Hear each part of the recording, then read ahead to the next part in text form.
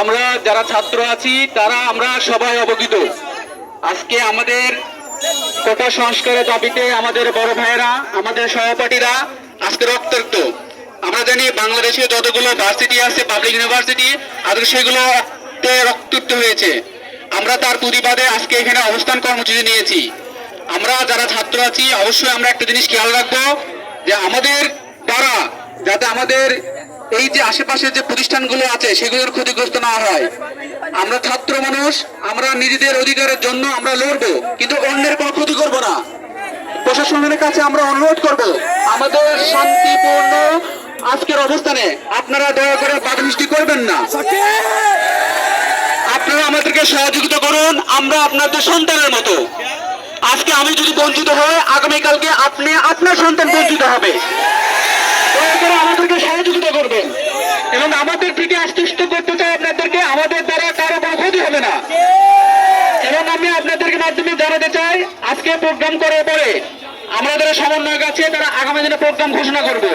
যতদিন পর্যন্ত আমাদের দাবি আদায় পূর্ণ না হবে ততদিন পর্যন্ত আমরা আমাদের অধিকারের জন্য লড়ে যাব।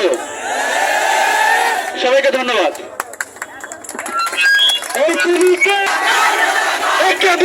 কে বলেছে অ্যাকশন, অ্যাকশন, এই স্টুডেন্টের অ্যাকশন, অ্যাকশন, অ্যাকশন, সংগ্রাম।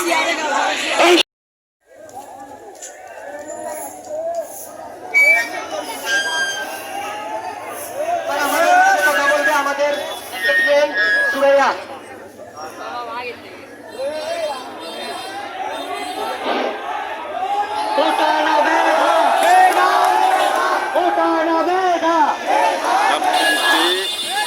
সংস্কারের দাবিতে আমরা আমাদের অধিকার আজকে এখানে উপস্থিত হয়েছি। আগামীতে ইনশাআল্লাহ উপস্থিত হব সর্বসাকুল্যে এই আন্দোলনকে সাফল্যমণ্ডিত করবো ইনশাআল্লাহ। এটা শুধু আমাদের জন্য নয়, সারা বাংলাদেশের ছাত্রদের যৌক্তিক দাবি। আমরা আমাদের দাবি আদায়ের জন্য সর্বোচ্চ চেষ্টা করবো, যেভাবে রাজশাহী বিশ্ববিদ্যালয় সারা বাংলাদেশের ছাত্ররা চেষ্টা করতেছে ইনশাআল্লাহ। এবার আমরা করছি। আসসালামু আলাইকুম। কেউ কোনো বিশৃঙ্খলা করবে না, দয়া করে কোনো বিশৃঙ্খলা করবে না। আমরা আমাদের মতো শান্তিপূর্ণভাবে সমাবেশ করবো, কেউ কোনো বিশৃঙ্খলা করে চেষ্টা করবে না। এখানে আমাদের বোনেরা বসতে পারলে তোমরা কেন বসতে পারছিস না ভাই? তোমরা বসে পারো।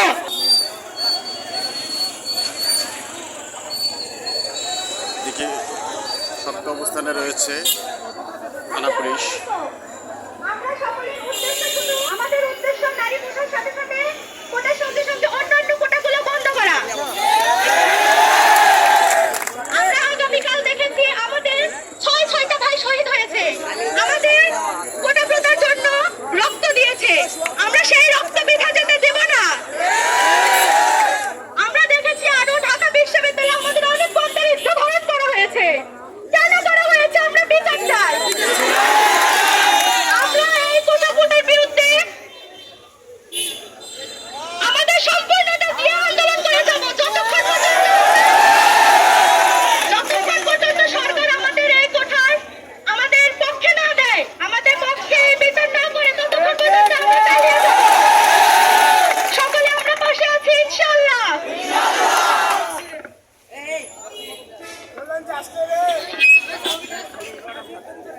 এই পর্যায়ে আপনাদের মাঝে কিছু কথা বলবেন আমাদের সাইফুল ইসলাম স্যার।